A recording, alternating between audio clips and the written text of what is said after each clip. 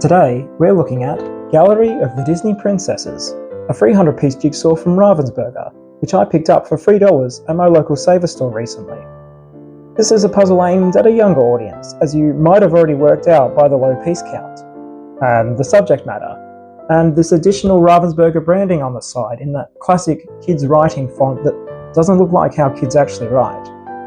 But I was looking for smaller piece count puzzles to practice my speed puzzling, and I've got to admit, I do love the films of Disney Animation Studios, so I just had to pick this one up. Now, this puzzle was released in 2002, which is over 20 years ago now. Just processing that. And it features the Disney princess lineup of the era, all in separate portraits.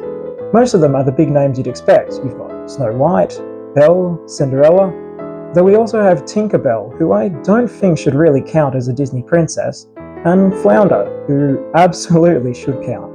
Honestly, as someone who is interested in Disney, I've never really seen the point of the Disney princess branding.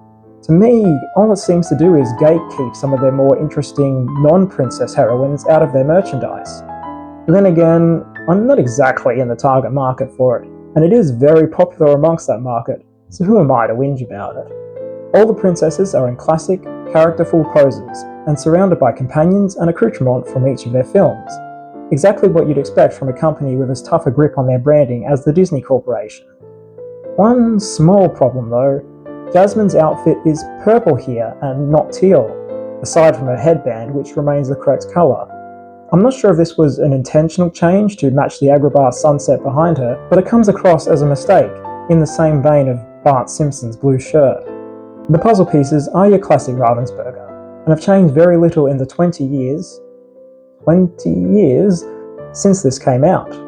The completed puzzle has the same dimensions as their standard 500-piece line, so the pieces are scaled up accordingly, which I suppose is more kid-friendly even though they have smaller hands and sharper eyesight.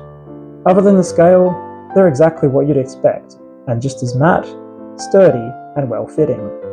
Though I was trying to rip through this as fast as possible, I still found time to enjoy it as a puzzle image.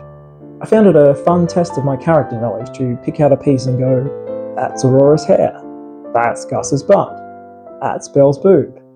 You get plenty of colour variation across the image that arises naturally from Disney's branding, and there's very few pieces that are just background or gold gilding, except around the very edge, which I can see as a pain point for young kids if they've been wrongly taught that they have to start there.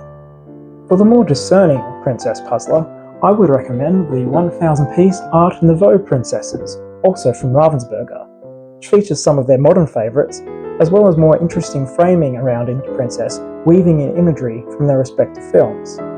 Plus, Jasmine's outfit is the right colour, and look, Flounder's still here. As for this one, I still reckon it's a fine puzzle for younger audiences, but Jasmine's outfit is the wrong colour, so I can only give it a 3 out of 5. Thank you for watching. Until next time, I hope whatever wishes your heart makes come true. Take care.